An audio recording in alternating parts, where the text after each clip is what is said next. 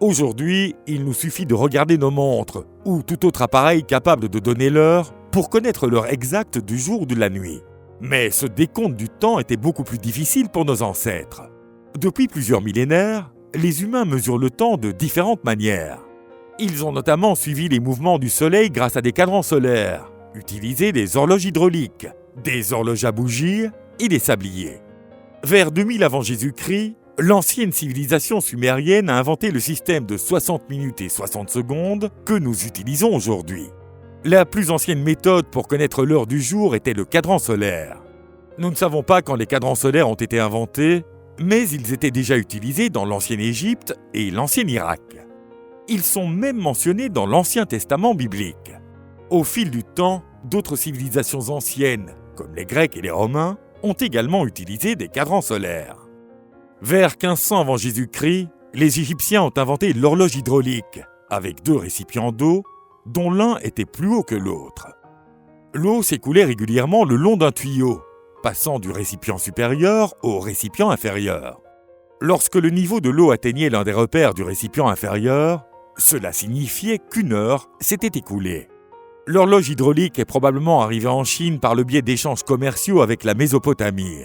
Les anciens Chinois ont amélioré la conception originale de l'horloge hydraulique en ajoutant un système comprenant des chaînes et des échelles. Plus tard, ils ont créé une version avec du mercure liquide au lieu de l'eau, empêchant l'horloge de geler pendant l'hiver. Au cours du Moyen-Âge, d'autres modèles d'horloges ont vu le jour, comme le sablier, les horloges à aiguilles et les horloges à bougies. Les premiers horlogers de l'Europe médiévale étaient des moines chrétiens qui ont développé des mécanismes pour mesurer le temps et appeler à la prière. Mais le point fort de cette période historique a été les horloges mécaniques. Les premières ont été inventées en Europe au début du XIVe siècle. Les horloges mécaniques étaient généralement installées sur les tours des églises. Elles étaient très lourdes, car elles utilisaient des poids. L'horloge de la cathédrale de Salisbury, en Angleterre, date de 1386. C'est l'une des plus anciennes horloges en état de marche au monde, et elle possède encore la plupart de ses pièces d'origine. L'horloge de la cathédrale de Wells, également en Angleterre, a été construite en 1392. Elle est unique car elle a conservé son visage médiéval d'origine. Au-dessus de l'horloge se trouvent des figures de chevaliers médiévaux qui sonnent les cloches et tournent sur un rail toutes les 15 minutes.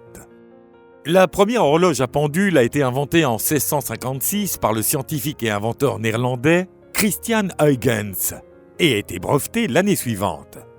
Huygens a été inspiré par les recherches de Galilée sur les pendules, qui ont débuté vers 1602. La vague d'innovation horlogère des XVIIIe et XIXe siècles, qui a suivi l'invention du pendule, a permis d'améliorer les montres.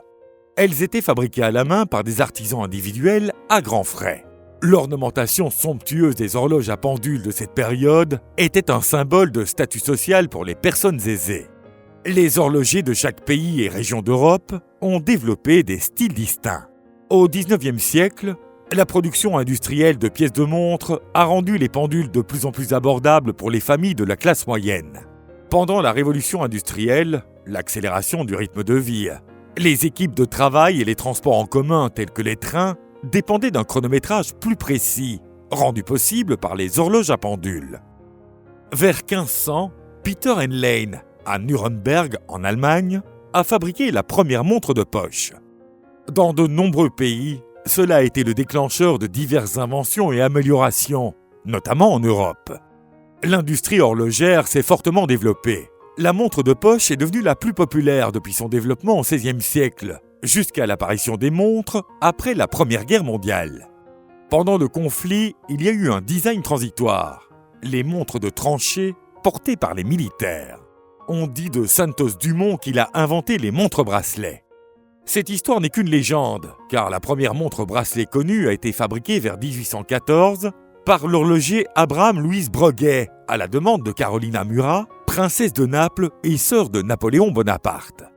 L'invention des montres a permis aux gens de mieux organiser leur temps dans leurs tâches quotidiennes, ce qui a entraîné d'importantes avancées pour l'humanité.